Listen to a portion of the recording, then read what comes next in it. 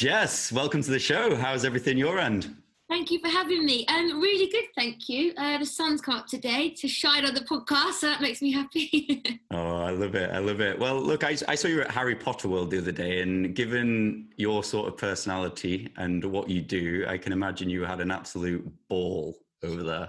It's my element. I tell a lot of people this. So when I was a kid, I was at theatre school, and they used to take the kids out of theatre schools and put them in the background of Harry Potter. So it was always so magical being part of the filming process, even if it was in the tiniest way. When you're a kid, it's kind of magical. So going back, I get so excited when I see all of the set. A lot of it's still very, very similar to what it was. And it just takes me back to being that really excitable little child. So yeah, it's a magical place. You've still not lost that childlike energy, have you? It's still there. It'll never go. I don't know. Every time someone says to me, "You're still very childlike," I'm like, I think because when I was trying to grow up once, I didn't really like life so much. So I thought, keep the inner child, because they're so happy children. So why would we get into that? I totally agree. They're very happy. They're in the moment and they just love everything, Yeah. And they to say, they'll just, if they're not happy with it, it's like, nope, fuck off. So, I think that when people lose that, a lot of the time we're told to grow up, be sensible, do this, and we're told to be miserable. So we do, and then everyone's miserable. So it's like, don't lose that inner spark, because that's what keeps us happy. Totally agree.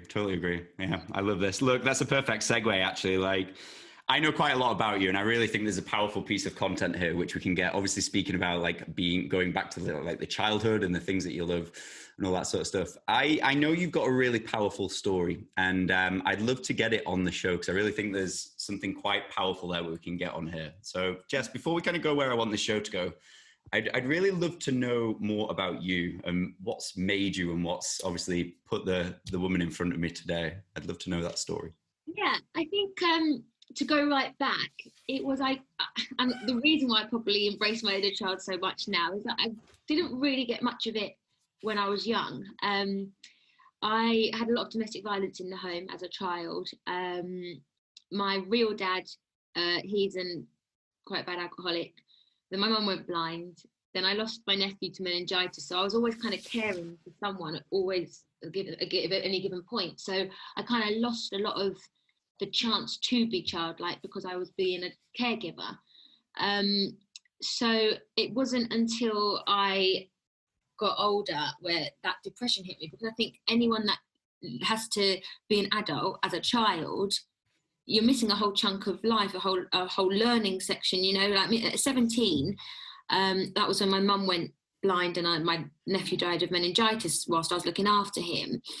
And I just hit a really dark depression, because also just through learning and growing myself, I learned that the prefrontal cortex doesn't grow until you're a bit older. So when I was really young, I couldn't see a way out, and I became suicidal. I had a couple of attempts at it, and it was because I hit that stage where I just had seen so much crap for so long, and all these big dramatic things happened in the family, one after the other, that I just didn't see how that could ever get better.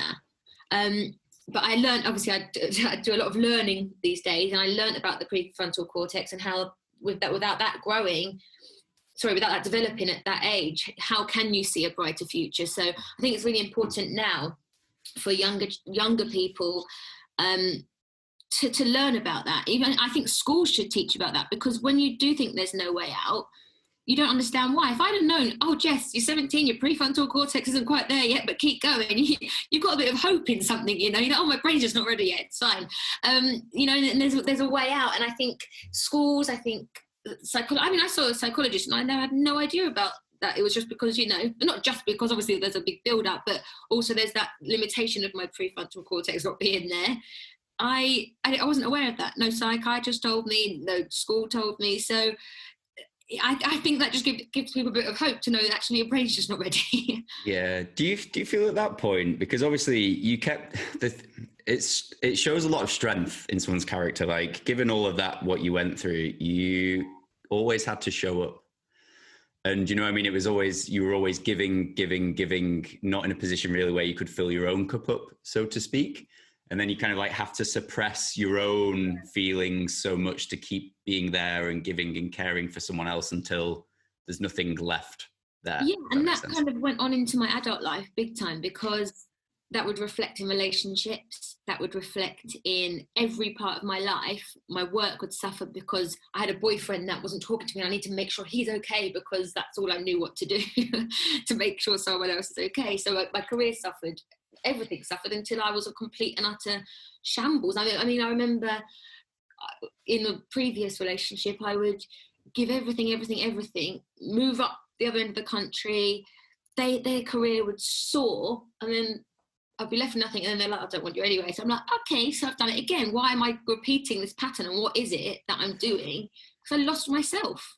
So the pattern was always putting everyone else first, wasn't it? It was everyone, literally, I am sacrificing myself to make sure you're okay, to make sure that you thrive. Do you know what I mean? You're good. The most wonderful thing I learned recently in the last 3 years is actually I can give so much more to someone when I'm full up. So it's not being selfish, it's not being horrible. Actually, what it is doing is I'm filling myself up so much that I have so much more to give than I could ever have done before. So if I have to say, sorry, I can't help right now, I need to go and fix myself, or I need to go and do something for me, that's not a bad thing. That's in fact one of the best things you could do for someone else, because not only then is it not having someone constantly rely on you and giving them a bit more independence, it's also given me enough energy to be able to come back and be like, okay, now I can help you. My head's in a clear place.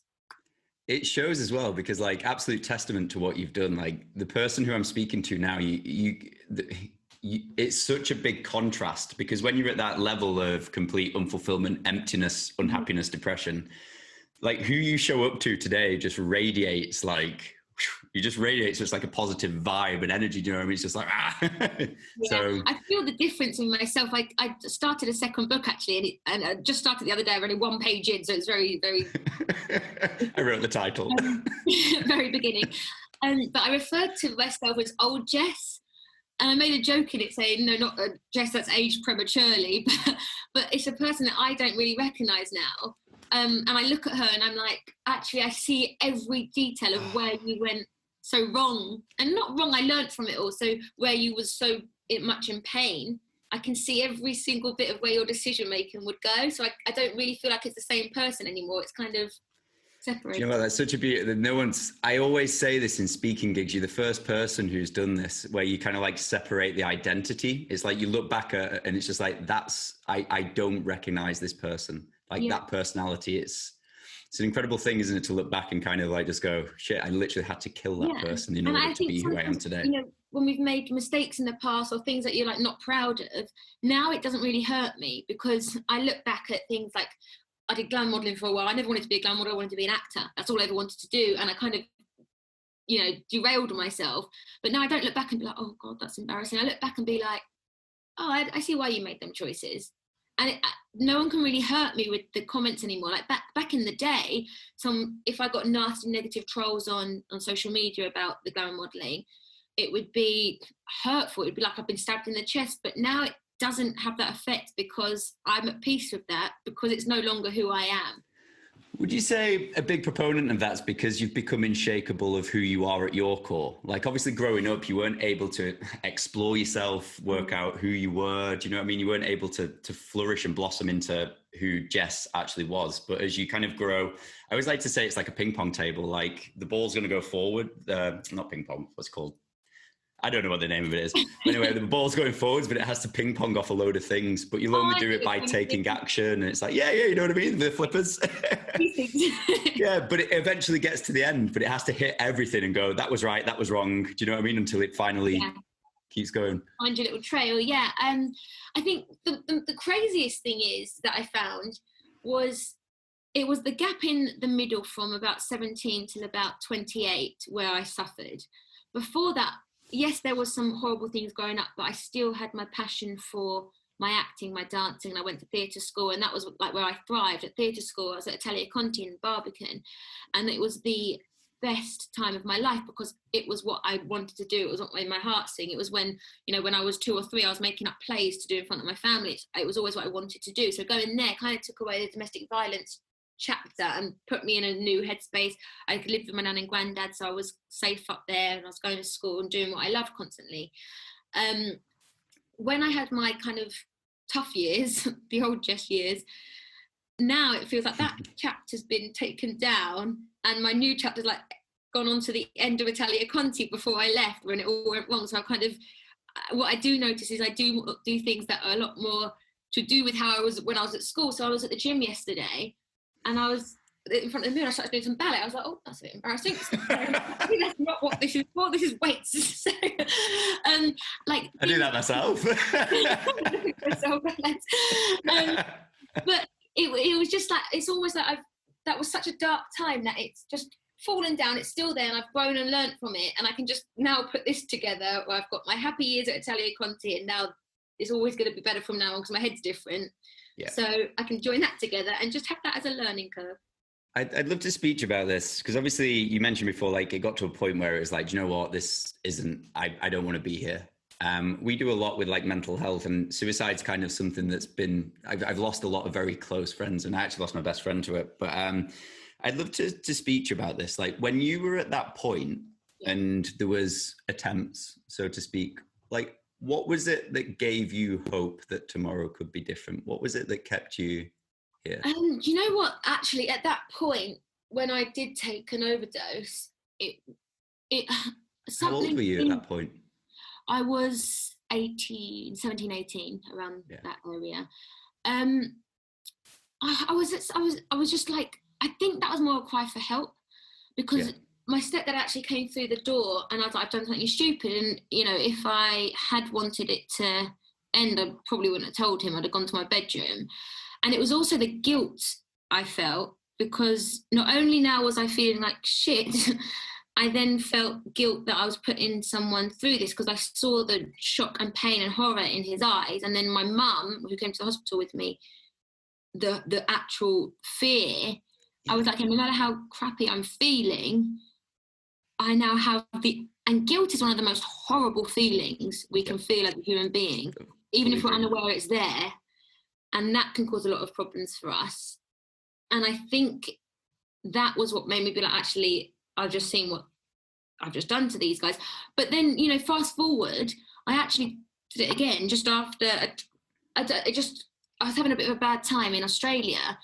And basically my ex-husband had just admitted to cheating on me. I'd found a message and he had to admit it. And I was in a bad way. I just left Melbourne and flew straight over to Sydney. And I was in a hostel. My marital home was at home with my dogs, and I did not know what was going on. My family were in Surrey. My house was in Manchester. I was in Australia in one part. My husband at the time was in another part of Australia, and just flew off to New Zealand the next day and didn't even come to see if I was okay. And I couldn't eat. I mean, I remember for like 5 days, longer than that, actually, the eating thing. I dropped out a stone in about 6-7 days. I couldn't eat anything. I was waking up and I was smoking cigarettes. I'm not a smoker. I was drinking Coke. Just anything to numb, so to speak, I was completely in shock, because I thought, finally, I found, you know, my happy ending. And now I look back, that was really not a happy ending. Like, but my point is that point, I went out and got drunk in Australia. I came back to the hostel and I took all my sleeping pills and a load of diazepam. And for the grace of God, I woke up the next morning. And I mean, I obviously didn't have enough left because I was drunk. And I remember looking in the mirror thinking, you are pathetic. And I really had so much self-loathing. I was like, no wonder he's cheated on you. Like, I really, really had this self-loathing that I still hadn't worked on. So I did it again, woke up, and I just think there was something in me that knows it wasn't my time yet. And I don't mean that like that to say that if it does happen to people, it is their time, because it's not. It's never anyone's time. You've got to, I really hope people can find something in themselves to hold on through dark times like that, because I'm so thankful that I did, because to come out on the other side of it, I would never have known that. And to know what I know now, as opposed to what I knew then, life is actually so beautiful. And I made it that way. It wasn't anyone else. I made it that way. So I love how you own that. I love how you own that. People can come out of it and see that too. Look, I want to speak to you a little bit further on that. Like you just said something beautiful, which is I made it that way, which means you absolutely own that shit, which not a lot of people do, which is like own their life. I'd love to speak to you about, because obviously you've gone from, they always say that the best, like rock bottom is the best foundation to build amazing things. And clearly you are testament to that statement. I'd love to kind of like speak to you, like when you were at that low and you know what I mean? Like things it's an easy give up and get out sort of card. Yeah. What was it that kind of allowed you, like what were you doing at that point to build yourself back out of that point? How did you start laying down the foundations from rock bottom to, look, the thing I love about your story is you took a lot of action, you found a lot out, and like over the course of time, you've narrowed into who you are and what you absolutely love doing, and you with your books and all that sort of stuff. I think it's absolutely phenomenal, but it's such a wide contrast from where you were to like who you are and where you stand today. I think it's incredible. I'd love to know like what was that building process? Yeah, it started with I woke up that next morning in Australia and I was incredibly upset with myself. I felt incredible guilt to the pain I could have put people through. And something just said, you have to change because this is not, I cannot live like this. So be grateful you've woken up. And for goodness sake, something has to change. I was all of a sudden, I just became aware that I was repeating patterns, but expecting a different outcome. Do you know specifically what that looked like? Like what were your patterns? The reason I ask is because like you're testament to the fact that I'm aware of it. I've recognized it. Mm-hmm. This shit doesn't work for me. I'm going to break the pattern and it's going to slingshot me forwards. Do you know what those patterns were? The patterns would be, I would wake up. If I was having a bad day, I wouldn't exercise. I wouldn't do anything of a progression. I would probably find some friends that probably weren't my greatest of friends. And I'd phone them, be like, what are you doing tonight? Let's go out. Grey Goose, Manchester, let's go. Yeah, I'll go out partying. I'll go drinking. I'll drink to any problem that there was. Drink was the answer because it was a temporary fix to anything underneath. I would go shopping, spend money I didn't have because it was a temporary fix to the underneath. I would buy expensive cars on finance that I couldn't afford because it was an excitement to cover up what's underneath. I would do everything materialistically and on the surface to make other people think I was fine when actually inside, this was actually causing me more stress for this because I couldn't afford all of this. And I was just causing myself more and more problems by covering it up. So when I was feeling down, but I'll go and get a new car. I'll go and trade this in and get a new car. That'll make me feel happy. Yeah, for about 2 days. I totally can relate to that. Or it would be, okay, I'll get a new boyfriend. Because I'm in a bad way myself, my energy would attract the same type of person I've always been after because someone who's got their shit together is going to recognize that in me straight away and stay miles away from me. So the people that I would attract would always be the same sort of person, the same sort of man. I would get 6 months in, then they would start acting up, then I would start getting jealous, then I'd start getting angry, and the pattern would go again. We'd break up after a year, and I'd be heartbroken, devastated. So it was always it was always codependency. You needed them, they needed you, and together it might not have been complete, but it, do you know what I mean? Shakily moved forward. Codependent, and I've never actually admitted that before. And it was only recently when I was reading another book that I was like, holy crap, that was me. So what was the book? It was the love that I thought I'd missed when I was little, that I was just trying to get into then. As I say, my dad was heavily on alcohol when I was younger, and he lived with my mum and dad were never together, so he lived far away. And I would always crave the love of someone, or so if I get it from a guy, I was proving to myself, look, see, I can make people love me. Even though it wasn't the love it wasn't love, it was codependency. The issue is as well when it is love like that, like when it's the insecurity that's been like, there's so many topics in this that haven't been brought up, so we've had some like crazy experts in these, and we've never really gone into these like topics that are everyday life. Like when love is like that and it's a codependency and the insecurity that's at the root of it as well, like say for example when distance is apart, it fucks you up. Do you know what I mean? Like when it's like you try and trap it, don't you? Yeah, career, see you later, I'm off with this new guy who I need in my life. It's like, come off it. I always love the saying, there's a saying that if you always think of love like a butterfly, so if you ever put your hand out and a butterfly comes and lands on it, you've got like approaches with it. A lot of people will always try and trap it, which way you kill the butterfly, you kill the love.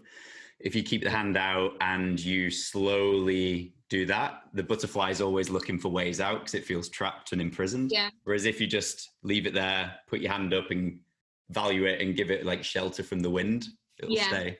You know what I mean? Yeah. I always love that thing with it. I always think it's a powerful saying with it. So true. And I think when you, for me anyway, coming out of being like that and seeing it back, now my relationship is not like that whatsoever. And I didn't attract someone that wanted that kind of, because I'm very much aware that people attract each other from certain parts of their energy. So mine was always at that codependency. I need someone and I'd attract a guy at the same thing. So it could go toxic very quickly. And I think a lot of people in those headspaces, that's what happens. You get 6 months of greatness and then suddenly 6 months of absolute hell and toxicity. So it all starts from within. I always look for someone else to fix me and heal me. And I would be like, oh, but I had this as a kid and it's hard. And it's like, okay, cool. But that's not their responsibility. That's mine. And I think Will Smith said it best when this was one that really hit me. He said, oh God, what was it? So it may not be your fault that you had an alcoholic father. It may not be your fault that your husband or wife cheated and ruined your marriage. It may not be your fault that you got hit by a car and you've lost your legs. It may not be your fault, but it is your damn responsibility to make sure you fix that life, because this is your life and yours alone. And when I heard that, I was like, okay, that's resonated. So every day I made sure I did one little thing that I didn't want to do, but I knew it would progress my life. And it was through laziness because of a pattern I'd developed. It wasn't because of, oh, I actually don't want to do it. Because I'm very much aware as well that if you don't want to do something, there's a reason. You've got to follow your instincts sometimes. But when I know that going for a run in the morning, instead of sitting on my phone for an hour and watching TV, what's going to be better for my life? Well, I know the run is. So I would go for a run. And even though I didn't want to go, or even a walk, I'd go for a walk through the woods, leave my phone at home and just go for a walk. I'm in a different headspace. I'm surrounded by nature, and nature has an energy about it and it lifts you no matter what. And there were times at the beginning of my journey to try and like get out of that horrible headspace where I would sit on the sofa and I'd be in tears. And I'm like, why am I still so sad? And I'd be like, because you're not doing anything different. Now go and do something different. And I would almost talk to myself, because we all have that little chatter in our head, the chimp. And when you learn to tell him what to do, you're like, okay, this is getting better. And I would be like, oh, I'm sad. I'm like, hang on, no, shut up, do something different. And I would go for a walk. I'd shut the chimp down and get myself up for a walk. And an hour later, when I've come home, I'm in a completely different headspace. Yeah, I strongly agree. I saw Joe Rogan posted something the other day. I absolutely loved it. It was like, every morning I train to beat the inner bitch. And it's like, if I win that war in the morning, like I'm in control. And what I love to that is when you look at the fitness industry, a lot of people always like start their journey in fitness. They might have a horrible relationship. They might have the shittest job. They might be really unhappy, but the beginning place for a lot of people is they'll work on the body first. Yeah. It's like, I think when you start getting one thing under control and you can kind of beat the lion, so to speak, or beat the inner bitch, it starts giving you more strength to start working up. So that's what happened with me. And I would always have on my phone motivational talks when I was running on the treadmill, just because that gives you that, like, it's just a realization. I think when you can listen to people that have lived through something and come out, or they've done great things, to listen to them, you learn. Like, I think we get into this stage, we left school and it's like, well, I've learned everything now, and what? But our minds are so, we don't stop learning to our deathbed, and we're going to learn more on there than we ever have because we're about to go, you know? So I think we just need to, as humans, open our minds a bit more, because there's so much to learn all the time. And also, we're all living a different reality. Not one of us has the same reality, because we've all grown up under different circumstances. Like if I'd been born in Chicago, I'd be a different Jess as I am now. I'd be the same build, makeup, but I'd be a different human. If I was born in Africa, I'd be the same human, but a different mind, different personality. So every single person on this earth's reality is different to what ours is.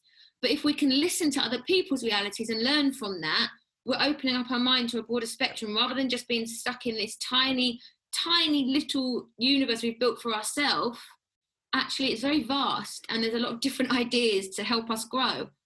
I love, dude, this topic, like, you're amazing. You're bringing up so many topics that no one ever speaks about on this show. I always love this because a lot of people are like, oh, this triggers me. I need to, like, do you know what I mean? It's a bad thing. I need to remove. I'm like, the things that trigger you are the best lessons because they're highlighting parts to yourself that you're blind. They're the parts you've not shone light on. It's bringing something to the surface. Yeah. And I think with what you were saying there, it's so true. I think, it really is like every single person you meet is going to teach you something about yourself. And when you're in that mindset of growth and you're aware of yourself and all that sort of stuff, you start seeing things. It's like, okay, why did I feel like this? Do you know what I mean? Why did this person, you start to really kind of like puzzle yourself piece by piece. Yeah, I used to get really easily offended because I was not one of those. Everyone could just offend me because I'm like, oh, I'm but when you are aware of yourself and others, you can't really be offended that easy. People can be rude, but now I don't think how rude that person was to me. I'll think, what is that person going through to want to be rude to me like that? And it's just a flick in a mind switch where life just becomes better. And by not looking to be offended, a lot of people look to be offended. They go out of their day looking for offense, and I've noticed that a lot with family members. They want, because it gives them something else to talk about rather than dealing with what's inside, because we've all had crap go on. Trapped anger. It's just, I just think sometimes if we can look why someone's being that way, it takes it from us and the offence and projects it back to them without us having to be horrible, and it gives us empathy and compassion. I totally agree. I really think a lot of that is like, it's a trapped anger, or it's a trap, something's trapped. Do you know what I mean? Yeah. And the only way to get something is through like being offended, being outraged, trolling someone. Do you know what I mean? What is it? Hurt people. Exactly that. And, I learned that maybe 4 years ago. It's, with the things with my dad, I could sit here and be like, he didn't step up. But, none of that, what my dad's problems with alcohol, with cigarettes, with whatever he was doing, is my fault. None of it is a attack at me. That was actually how my dad's feeling inside has now shown on the outside. That's not him being like, I don't want you, or I didn't care enough to stop drinking because of you. That was his own hurt that he hadn't healed. So it's like a way I can see where I'm not hurt by that. So I just help him. I go down every Monday. He won't leave the house now because he's got agoraphobia, where you don't leave the house. He's also got drink-induced dementia, vascular dementia, Alzheimer's. So he kind of just sits, doesn't wash. He just sits there, and he almost looks like a homeless man in a house. It's very difficult to try and get him into the shower, but I know that I can take him food. Get a carer to go around once a day, and I'm doing my best, and that's all I can do. And it doesn't hurt me anymore. At the beginning I was hurt. Now it doesn't hurt me, because I actually think, I'm sad for you, Dad, that you never found your healing and you've got it to this stage, and I'm going to help you to live the easiest life you can now. I think it's incredible, like what you're doing, obviously still being in a position to still care and, you know what I mean, be there. Thank you. Obviously, before we mentioned something about like school, obviously the school system, I believe it doesn't really grow people to the capability of what it should do. I don't think it grows people as people. I think it grows people into a system. It doesn't really actually help them. You mentioned before something like going through school was a bit of a struggle, all that sort of stuff. Like, if you could go back and you could start like bringing back skills, or you could implant things into the younger version of yourself that would help who she is. Yeah. Like, what would you say would be a great thing that the school systems are missing? What would have helped you at that point? Because this is a conversation that keeps popping up. Yeah, I mean, there's so much. I'm going to go back to pre-theatre school, back to normal school. I wasn't very good at numbers. I struggled at maths. And my teacher, instead of trying to help me through, would shout at me and put the fear of Christ into me. When already at home I had the fear of Christ because of domestic violence going on, I was in constant fear. So how am I supposed to learn through fear? And I feel like teachers like to induce fear to keep control. But if a kid is in such fear, Nothing is going through here. So instead of doing that, forcing someone to learn when they're really struggling, that's my number one point. Just don't be an arsehole teacher, basically. But the other things that I think really need to, I've never used algebra in my entire life. We need to find strengths in the children. And also, I think meditation should be mandatory in schools, because when I learned to do that, meditation was probably the key of getting me out of my dark times. That I found an app called Headspace when it first came out. Yeah. Scottish guy. Oh, it's fantastic. And I went straight onto the app, and that would, whenever I got myself, and I could feel myself going back to the old Jess ways before I was completely away from her, I'd grab the app. So that was my new kind of thing for the day. So that was your trigger, like you meditated to change what you were moving towards. Exactly. And that kind of pulled me out. So I think if I'd learned that as a kid, would it ever have got to the stage it did? We see so much anxiety, depression in our society these days. Why is something not being done about this in school? We're seeing 11-year-olds with eating disorders. We're seeing younger than that with eating disorders. We're seeing suicides in children that are pre-teen. Why is this happening? Because they are being put under stress. They are being maybe bullied. They've now got the added stress that I didn't have as a kid with social media. Why is there not some sort of lesson of growth other than just learn your times tables, learn this, learn that in a structural way? Cannot we not teach people that are young to grow and find their own identity in a way that isn't structured by a government? I totally agree. I think this is a conversation I keep having. It's like we're taught everything but ourselves. Like we're not taught health, we're not taught confidence. We're easy to govern then. That's how I see it. We're easy to govern if we just stick to this timeline that we've been taught. Go to school, go to college, go to uni. If you don't go to them, you're going to be a dropout. You're not going to do well, therefore you're going to stay here. And then if you're just not that way inclined, I'm not academically inclined. I'm not. But I had other strengths. I found other strengths. And I was never ever told any of them until theatre school, which is quite different. But it's a specialist school, so I managed to pull myself out of that. But at the time, I was like, okay, cool, I'm just going to be a dropout because I can't do maths, and there's no way I'm going to pass that. So, no matter how hard I sat and tried, it didn't register. And I've never been tested for it, but I think there's a dyslexia that's kind of numeracy involved. And I wouldn't be surprised if I had something like that, because I've never been able, to this day, I don't know my times tables. I just can't do it. And as an actor, I learned scripts, I still don't know my times tables. So I think there's just not enough room in the school system to let people learn about who they are and what they love. Because if we all knew what we loved, we'd all be having very good jobs because we love them. And it wouldn't be about the money, the materialistic thing that we're told, oh, you are successful if you have this big, ginormous house. You are successful when you've got your Ferrari. That's when you're a success. When you don't hit that, you're like, oh my God, I'm a failure. And you're at a young age, knowing that you're not going to pass an exam and you're feeling like a failure. What hope does that give you as a child?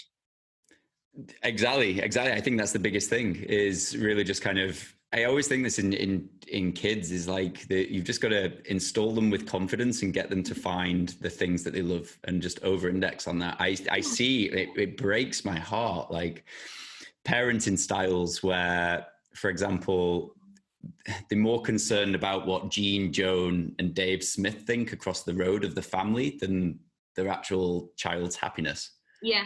Do you know what I mean? And it's like they're just molding the child into this perfect thing instead of just letting the child become perfect in themselves. Exactly. Yeah. I think as children, we all have something in us that's our calling. Like when I was a kid, I found a picture the other day because I was getting them up all ready for my book, and I'd hide behind the sofa if Mum had one of her parties or whatever and there was guests around. I'd hide behind the sofa with a book and I'd be writing stories. And I'd also be getting my cousins. When my mum was in the pub, which was quite a lot, I would go with her. And they had a room with a stage on it, and I'll get all the other kids and we'd do shows, charged all the drunk men £1 to come in and watch our show, all the drunks in the pub to come in, and we'd make ourselves like 12 quid. That's what I was doing preschool. That's what I was doing as a child. So I know that was my calling. And then I lost that completely in the school system. Come back when I've healed and I've found myself as a different human. I've actually not been that much of a different human, because I've gone back to doing what I was doing when I was like 6, 7, 8, 9, 10. I'm writing stories and I'm acting again. So if I hadn't you found the things you went, like, this is the beautiful thing about your story. You went back and you're like, do you know what? I love this, and this. And now, given what you've become, you've been able to do it on such a bigger scale and more help people through it. Yeah. And I think as well, it's, I can sit and look at my, I call it my dark period in the middle with sadness, but I don't, because without that, I wouldn't have anything to write about, because I wouldn't have grown through anything. I wouldn't have had to, everything happened for a reason. Yes, it was hard at the time, but now I don't have that. It doesn't hurt me to talk about it. It's not painful to talk about it.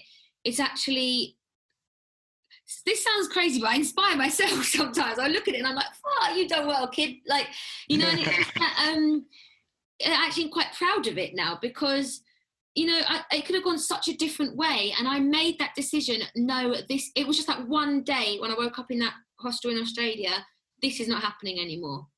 You are going to change. And I just did the meditation. I did the watching of other people that have been through it. I'd watch videos on YouTube over and over with Oprah, with Joe Rogan, with Will Smith, with anyone that had a story to tell and you know, had done something for themselves and had some interesting things to say. And I would read and read and read. I found a bookstore in Sydney the next day, that day when I decided this is not happening anymore. It's like a spiritual shop. They had crystals, they had a psychic in there, they had like all these incense sticks burning all over the show. Yeah. And I just walked in there because it called for me to go in there. I don't even know. I just walked straight in and I said, I need some help, to the woman. And, you know, I was always a bit, when I was in that kind of place, I'd either be drunk and really mental, or quiet, not drunk and really shy.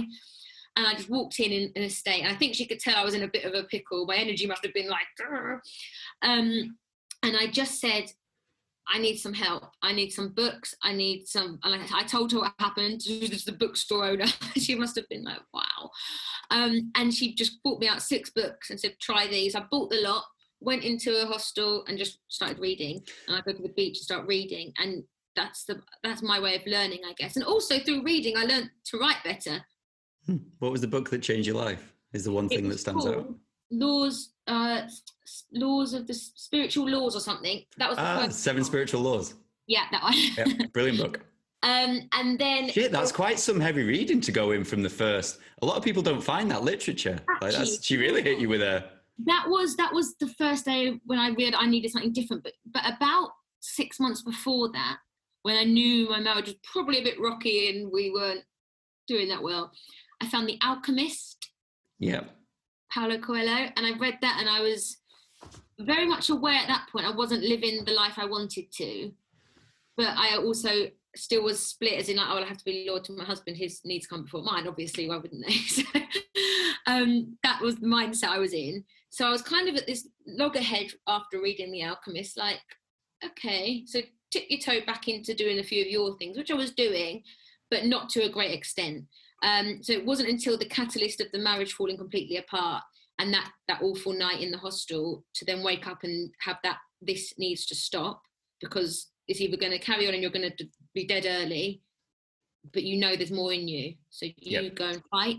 And I found this fight. It's fight or flight I'd lived in my whole life, because I had actually PTSD from growing up with the violence. And a lot of the patterns I was repeating were because of PTSD that I was unaware. So the anxiety, the depression would kick in because I wasn't treating the PTSD. It wasn't until I found out that I had that did things really, really change. And that was just before I went to Australia. I found out. So then I did suicide attempt in Australia. And I woke up and I'm like, that's the PTSD. You've tried to fight or flight and you've tried to run by taking yourself out of it. Again, because you're scared. So this is the point now where you make a different choice.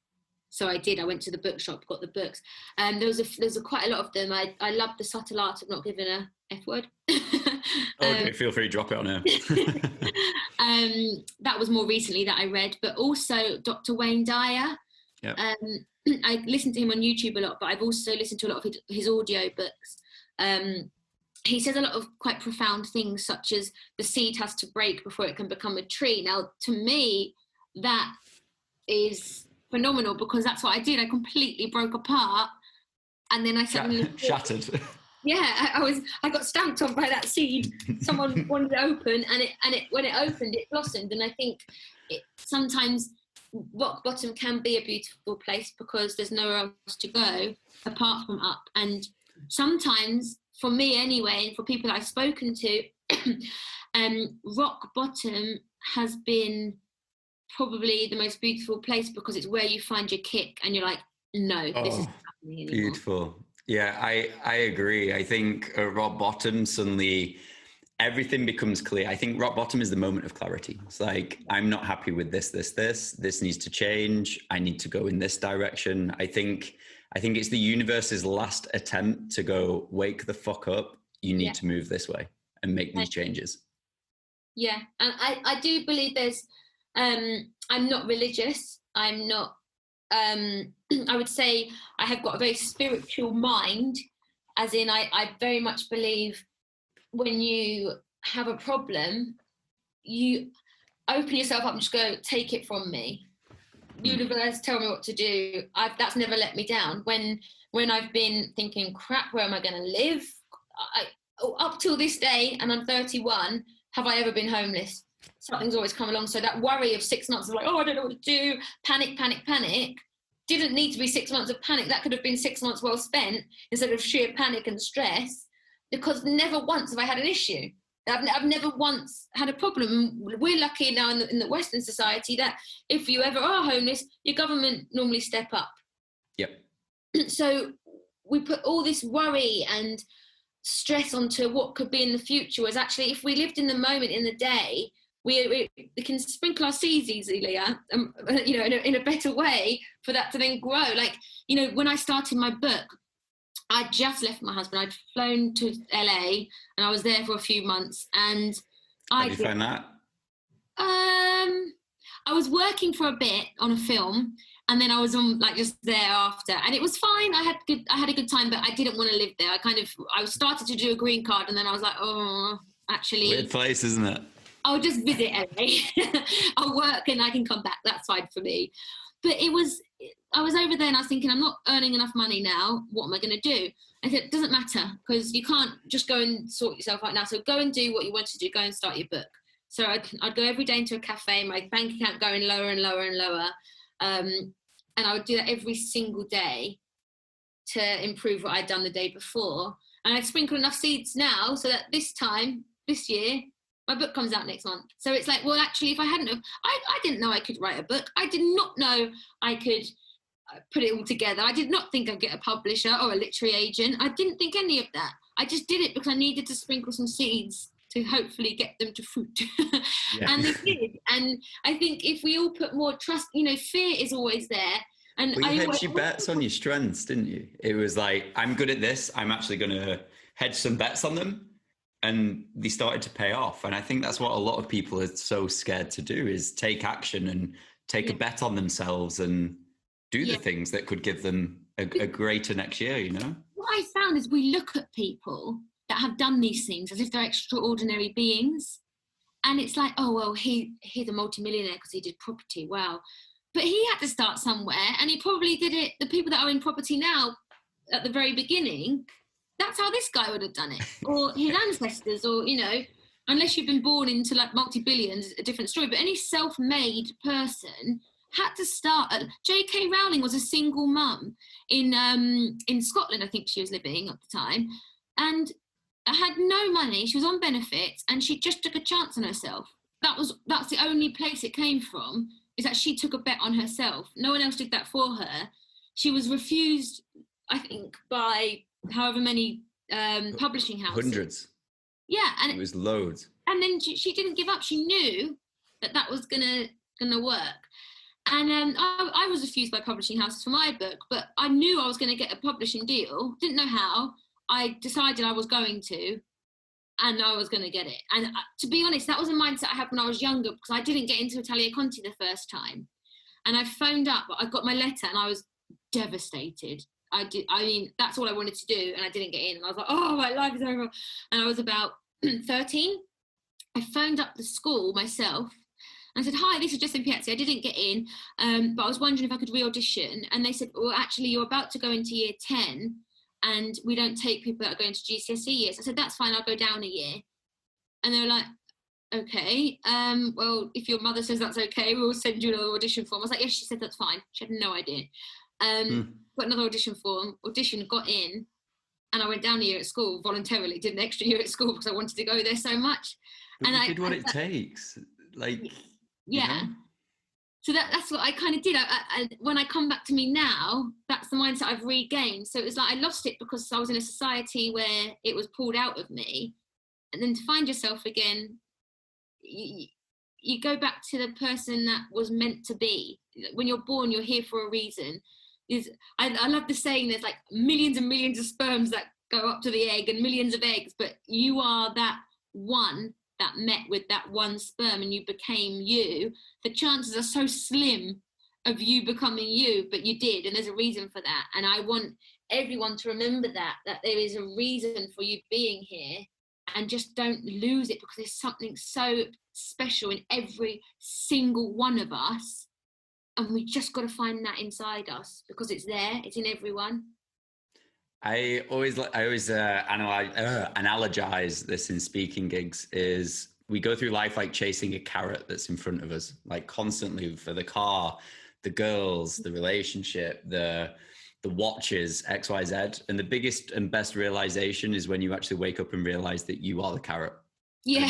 And not to keep fucking running after and chasing, get out of this chase mentality and just realize that it's you. You've got to grow, you've got to evolve. Yeah. You are the goal. Yeah. I completely agree with that. I think one thing I did, which I was kind of touched on earlier, was always having to have the car or the look. None of it made me happy, because if I got an expensive pair of shoes, I'd break them within 2 days because I'm clumsy. So I was always after this to try and look a certain way. It was like a fake success, but I didn't have that. And now I don't care about any of that stuff. Like right now I'm living back at my mum's. I have got a place in London, but I don't want to be in London anymore. So I've come back to mum's, and to be quite honest, people can say, oh, you're 31 living at your mum's. I'm like, no, I'm 31 healing some trauma and fixing it, and I don't really care about what anyone else thinks. I'm happy. My success now is not what car and what home I have. My success is my happiness and my joy and what I can give others. I love this. The thing that I always like, the great thing I love about this topic and what we're speaking about is I always think that depression is suppressed expression. Mm-hmm. And who I speak to and this complete energetic vibe I get from you, it's like you kind of had to go through this journey of like realizing who you were, but then like becoming strong enough to express yourself. It was like finding those things and then finding your channels and your outlets. I'd love to speak to you on this. Like, did you find at those points when you weren't expressing yourself, you didn't have those outlets? Does that make sense? Yeah, my outlets would be the alcohol, would be going out and having a good time, because with that, like, I didn't know that's what I was missing anymore, because it had been so suppressed inside me. I didn't know who the hell I was, because when I was a kid, that's who I was. I was dancing, acting and singing and writing. As a late teen, early to mid 20s, I hadn't a clue who I was. Not a Scooby. I'd pushed it all away. So I'd watched my dad. And all of that had stopped. All of those things that you loved doing had stopped. Yeah. And I was convinced that I would never be able to get into it again, because I'd messed it up by doing some modelling to earn a bit of money. My goal became money. My goal no longer became happiness. And the more I did well, chasing carrots. Yeah, the more I was chasing the carrots, the hungrier I was getting. So, and I was getting no carrots at all, and just being miserable.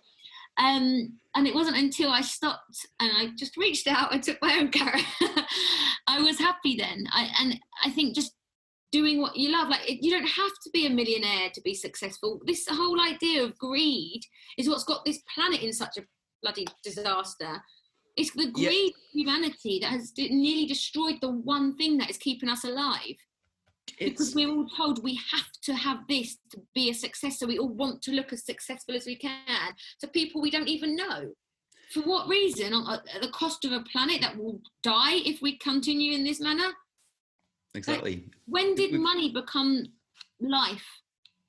We've got it backwards as well. I think the financial mindsets with people is very, like, I speak to a lot of people, I consult for a lot of personal brands, businesses and stuff like that. And one of the biggest things is like, I always say, like, how many people have you helped? You're moaning about your finances, but how much value have you given to the world? Like, who have you helped? And I was like, your financial return is a direct correlation to how much you have impacted people's lives. So like, maybe we start there. Yeah, no, I agree. I always say that, like back in the day, if I was, after I just come off of, I think it was MTV, I was being given these products to promote, and I thought, oh wow, I'm aware of the responsibility of social media now. Back then I didn't have a Scooby, it was new anyway, so Instagram was relatively new, and I was like, wow, I can post a teeth right there, I can post that. You're going to pay me this money, brilliant. But I knew that was adding no value to anyone apart from my pocket, and it soon stops because people aren't stupid. And also, how many shakes can you promote over a month? It's ridiculous.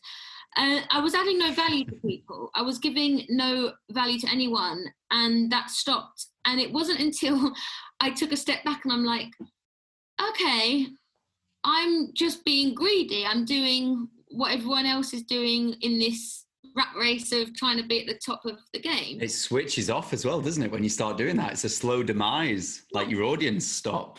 Yeah, and the craziest thing is when I stopped.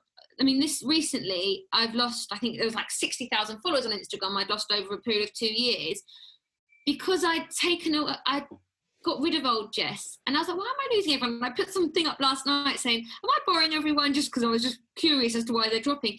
And one person got back to me and made a lot of sense. It was, you were known for reality TV, but you now post more helpful stuff to people. Not everyone, some people just want to see the drama because they're back in the drama of that. Oh my God, another awesome topic. So people connect with you at where you are in life. And this is why social media is fickle.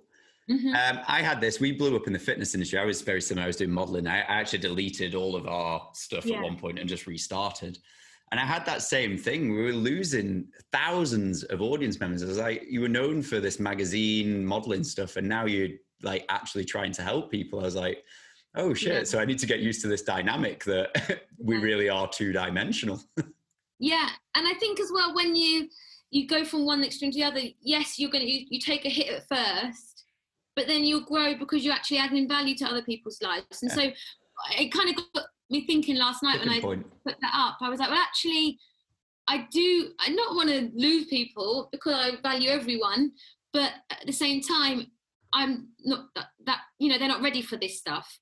So the people that are, I can actually, even if there is 10,000 on there rather than the I think 300 odd thousand I had at the time, my stuff that I post now will hopefully help them 10,000 people in a way it wouldn't help 300,000. So it narrows your audience of where you're at in life. Quality over quantity. Exactly. Yeah, big time. Look, I'd love to speak about this because obviously, we've gone through this whole. This episode is literally the hero's journey, but with lots of different segments into different topics, which is fucking brilliant. Obviously, this kind of evolved. We've got through the dark patches. You started to realize more about yourself. You've got back into your expression, all this sort of stuff. And then it all started to pick up for you. So reality TV came onto the show. Then obviously there was the LA with the films and stuff like this. So what were the tipping points with that? Because the thing that I love about, I said this very early on in the show, I admire how much action you've took at things. And do you know what I mean? Some of them might not have paid off. Some of them you got a lot of lessons. Some of them it pushed you forwards. Where did you really start putting yourself out there? Because where I am, what I see when I'm speaking to thousands of people, for example, I spoke to a summit of 50,000 female entrepreneurs. And the biggest thing that I got from the feedback was people are struggling with that first step. Mm-hmm. I'm of standing out, exposing who they are. I am here to do this. And that seems to be the biggest barrier from people getting what they want. Now, you've done this on a scale of mass.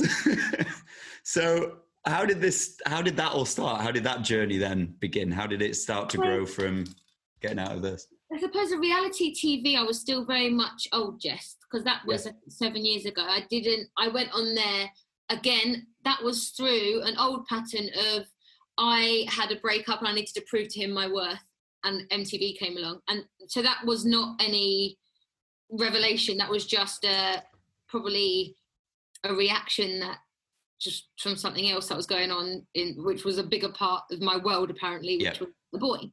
And off I went to MTV. And to be fair, it did help because I got away for a month and then it gave me this huge following. So that did help me kind of sort out a monetary side for me. But I was still very much old Jess. I was still very down, and I would still be out drinking every night of the week. Empty. And completely empty. And I would be coming out of nightclubs trying to be the next Katie Price because that's what I thought I was supposed to be doing, and agents around me were like, yeah, that's probably a good idea. And I was completely so they're just seeing you as a cash cow trying to force this destructive version of yourself. Yeah. And I was embracing every minute of it. I was doing exactly what I thought papers wanted to see. I was, flashing outside a nightclub drunk because at the time I thought it was funny, and then in the morning I'd wake up with hellish anxiety and then get depressed again, then repeat it all the next night. And it was just this spiral down and down and down. And then I met my ex-husband, and to be fair, that did help me to the point where it stopped me going out. We kind of just went together, and I moved up north, and that was kind of close on that. But I still hadn't healed this cycle of doing what I was for them rather than myself. The catalyst for that was when he cheated. That's when I got divorced. I knew I had to look after myself. So the little things to start were actually the big things that made me do it. The big load of crap that came on me was the fire oak up the bum kind of thing. That's what made me do it. But if I could give advice, if I could have known what to do before it happened to hit the fan, I feel we need to trust ourselves more. If we feel something sad for no reason, we're sitting at home and we're feeling a bit down, that's a calling to go and do something different. Whether it be a run, a walk, a gym, read a book rather than be on your phone, feeling that something that isn't right, it's your intuition. And we have that gut feeling. It's not just our brains that work. Every organ in our body is linked up to that, just so that when you're under attack, we know fight or flight mode will kick in because our whole body is connected. So if something isn't feeling right, it's because it isn't, and you're not doing what you need to be doing. And now you may not know what that is. You may not be aware of what it is you need to be doing, but by trying different things, you're going to find your ways. And even failing at things is not a failure because it's a lesson towards your next. If I've got 10 million things, and you've got 10 fingers, so I'm trying to use these, I've got 9 failures, and I've got 1 left, so that way surely it's got to work, right? Yeah. You can fail so many times, and you're actually not failing. You're going towards something because you're finding out which doesn't work. Like I had a gym wear business trying to make myself a career from running that. It didn't work. It all fell apart. But it wasn't to me like, oh, I've failed. I learned how to not do business. I learned how to take control more of do it myself rather than rely on other people with finances and all that. But I learned that also I didn't really care about it that much. It wasn't my calling. So why would I be putting all that effort in if I didn't want it? But it wasn't a failure. It was a lesson. And I take away any failure as a lesson. And I think people, let me go back to it. The intuition is something that is telling you to go out and fail. It doesn't matter. It's going to take you to the place you need to be. It's telling you to do something different, because a lot of us do the same patterns but expect a different outcome. And that's what I did for like 10 years. I had this conversation with my mum yesterday who was feeling quite down, and I said, you want something different but you're not doing anything different, so how on earth is it going to be different? Like if I press the same keys on a keyboard asking for a different tune, it's not going to come out. Yeah. Really is the hero's journey. It's like, do you know what I mean? You've got to listen to the call to adventure. You've got to acknowledge where you are. You've got to go on the adventure, learn, grow, and then come back as something new. I think it's what all amazing films are based on, is that premise. Yeah. It really is. I think it's just the life premise as well. Look, yeah, I think you're absolutely incredible. I think the story of just growth, transformation, constant, like being aware, putting yourself into new challenging situations and allowing yourself to grow through it constantly. I think it's a big thing. And I think there's a lot that people can really take away from this. Like if you could go back and give yourself a piece of advice when you were, say, in those moments of desperation and crying out for help or anything like that, and you could literally go back in time, grab the hands of younger Jess, you could look her in the eye and go like, look, here are some words of advice for life, what would you say to her? Say, fill your own cup. Fill your own cup, because I was empty for all these years because I gave everything away to everyone. Fill your own cup and things will come out very different. I think it's so big. Honestly, I think so many people are just at a demise because they're giving everything to everyone else, like everything, and there's just nothing left for them to invest back into their own lives. We're told to do that, especially women throughout, if you go back to my nan's era, 20s, 30s, it was give up your career and off you go now, raise children and look after your man and you don't matter. And then it became like, I think, in the 60s or something, most of the housewives are on like antidepressants, anti-anxiety tablets, just to be numb to it all, because we, and this is all across the board, but I bring up the women one because that was a very difficult time for women back then, because imagine, they're no different to me now back in the day, but being told you have to suppress yourself and do everything for someone else. So then the generations to follow from that are all going to still be similar, because then my mum would have learned that from my nan, I'd have learned bits, but with the change of society a little bit coming in, but it still sticks, So we've got to just fill up our own cups, and I hope more people will learn to do that. And also I hope, this is completely a random subject, but judgment on people is a big thing. I think when we sit and judge people, we're actually judging things of ourselves that need healing. And I know that I used to be quite judgmental, and all it did was upset me. And then when I now take that judgment away, there's a great book by Gabby Bernstein called The Judgment Detox, and that was one that really helped me. When I was getting divorced, I was quite, at the beginning, I was like, I would go through stages of my new kind of just slipping in, like, okay, don't be angry, don't text him, don't do this. And then I would go through bits of thinking, that bastard did this, and I've got nothing, and I was still like wavering on this seesaw of new Jess and old Jess. But when I read that book, I managed to take away the anger side of it and take away the judgment. And when I no longer judge someone for their behaviour or their actions, I was then no longer judging myself for my behaviour and my actions. And things just became a lot clearer. So I think that's a really important topic, is take away judgment. And I really recommend that book by Gabby Bernstein. Fully agree. This is what I love. Like when people are criticizing and judging other people, I'm just like, you're exposing unhealed parts of yourself to the world in your words. And whenever you point the finger at someone, if you actually look at the point, you've actually got three fingers pointing back at you. So it's like, you're the problem. It's like, what's wrong with you? And also, you're wasting your time making yourself better, because the more you sit and look on others, you're wasting your time of progressing your life, because that half an hour you've done bitching and moaning is actually a half an hour you could have done progressing and learning. Yeah. Again, like with your story, because obviously you put yourself into such a big light, like you really have had to come to terms with criticism, trolling, other people judging you and stuff like that, and really kind of become solid and unshakable in that, to the point where it's water off a duck's back, So yeah. Was that quite a big thing to build? Yeah, I mean, at the beginning, trolls, because I was unhealed, it would affect me, and I'd bite back sometimes. Fast forward to now, I do not even think they're talking to me. Like, they can write something and it doesn't even make one molecule in my body twitch or go in any. It's as if I've just read someone writing the story. It doesn't offend or affect or hurt me. I mean, after Big Brother, I must have had 90% of the UK tweet about how much they hated my voice. They said I sound like a child and I'm this and I'm that.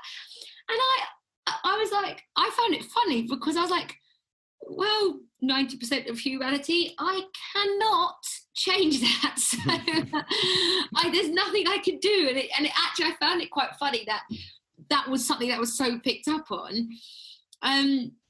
It could have really upset me. I could have been like, oh, hello everyone, and try and change my voice, but why? It's me, and I'm happy with that. And as long as I'm happy with that and I'm not hurting anyone, why am I going to get upset about it? Like, I would be upset if I'd hurt someone and then I was getting trolled for it, because that would have been a trigger, because I would have been like, actually, I've actually hurt someone and that's not okay. So I'm disgusted at myself, and then that would have been that. That's when it's guilt, and it's reinforced guilt, isn't it? It's like, exactly. Yeah, bam, bam, yeah. Yeah, and you've got to say, I hold my hands up, I shouldn't have done that, but it wasn't, it was my voice. But, I'm okay with that. So trolls don't really affect me. It kind of just goes over my head. I don't take it to heart. Like I said, to be offended, it would have to be something that's triggered me. And don't get me wrong, I'm not completely healed in any way, shape or form. I've got another 50 odd years of doing this because, you know, I don't constant. ever truly learn. You learn every day, you know. There will be things sometimes that will be brought up and I'll feel something. I'm like, okay, found it. But I'm aware now that when it happens, I can find it and heal it and work on it. And that's probably been the most important thing to me, is that I'm aware. I think just awareness of yourself and what emotions come up and when they come up and what triggers them to come up. Once you have awareness of it, you can work on it. And I suppose it's the same when it comes to alcoholism. You know, you admit you're an alcoholic, then you start fixing it. Do you have any daily practices? Do you like journal? Obviously, you mentioned before that you were meditating. Do you have anything that kind of like any inquisitional tools or anything like that, where it's like just looking, like this happened today, it made me feel like this, maybe I should change something, or maybe it's something to stay away from? Do you do any of that stuff? Yeah, or does it just... I'll journal every night, and it will just be what I'm grateful for. And even if it's a lesson, so it could have been a pretty shitty thing, but I'll be grateful for it. So yeah. I could put, for instance, I'd like today, someone said something to me that upset me, but it made me aware of what it was that I needed to fix inside. So I'm grateful for that confrontation, or something like that. And the meditation I do as a daily practice, even if it's just 10 minutes. I like to do yoga. Obviously, I can't fit that in every day, but I like to keep my body in a flow as much as I can. And working out, because I feel like if you've got a healthy body, you've got a healthy mind. Just as if you've got a clean house, you've got a clean mind. Your surroundings need to be, I mean, I often say your surroundings are what you're feeling on your inside. So if your place is a complete tip, I couldn't function in that. So obviously I'm going to not be in the best headspace if my stuff's everywhere. You just have your things neatly done. Your mind seems to go with it, you know? So totally. I like to just keep everything in that kind of order. Not to an extent where it becomes an OCD, or, because, you know, that can also be an issue if you go too far the other end of the spectrum, but to a point where I feel clean, tidy, and if I want to sit down and write, I'm in a good surrounding and a good setting where I can sit down and do that. I couldn't sit and write with absolute chaos around me. No, I agree. I fully agree. I'd love to know as well, like, obviously I'd love to talk to you about your book. So give us a bit of a rundown on this. Yeah, it just started actually. It was actually in the midst of my mental kind of years. I think I was about 22, and I thought I want to write some of the stories when I was younger. But when I look back at the tiny little bits that I had written, it was very blaming, pointing the finger. Oh, so you're actually able to look back at it and see? Oh, yeah. All right, I didn't realise that. That was ripped up and completely redone. But I knew I wanted to do it. But I look back and I'm like, holy cow! Like, I really did put blame on everyone else except myself. So when I decided to actually do it, I wanted it to be what had happened and how now, as a more healed human to what I was, you can find the good in that. So I've done it chapter by chapter, because that's all I knew how to do at the time, was to do, an early chapter would be when my mum lost her eyesight, when my nephew died. So kind of broken down like that, and I would just write the chapters and then put it together at the end. I wanted to find all these terrible things, write them down, and then find at the end how I've grown from that now and what I've learned from that now, and how I learned from that now, how I used it. That's why I call it Silver Linings, because there was no other title for me apart from Silver Linings, because it was taking the silver lining out of a heap of crap, basically. Yeah. And making sure that came together to build a beautiful life. I didn't want the book to be worries me, because there is some shit I've gone through, but also everyone I meet has to go through some shit, you know. It's not just me. And I think when you can write it down and help other people to pull out that silver lining and tools that I've used to find that silver lining, I don't care if one person buys it and it only helps one person. I've helped one person. And that's kind of the idea behind the book, was to just know that bad stuff happens, but to know that you can use that to build such beauty. Yeah, I fully agree. Look, when's it out? It's out on the 26th of November. It was the 5th of November, which I was promoting it for a while, but it got moved to the 26th because of COVID, that lovely disease that's going around and destroying all our lives. But it is out on the 26th, just because there's a bit of a backup in the printing houses. But let's take the silver lining out of COVID as well. We get a lot more time to spend with people we love, or reading, or self-progression, and learning how to innovate things and move forward. Look, I'm excited for your book. A total acknowledgement just before we're at this. So, like, you've got such a powerful story, and it's amazing, and like how you went through that, got to such a dark place, and still found the light in the ship to continue and grow your life and blossom to who you've become. I think it's absolute like credit, but more to the point, I think it gives such a huge testament to like the human mind, which is like when you in a moment realize that there's a better tomorrow and you make the choice, suddenly things start to line up. Definitely. And I think it's such a powerful thing.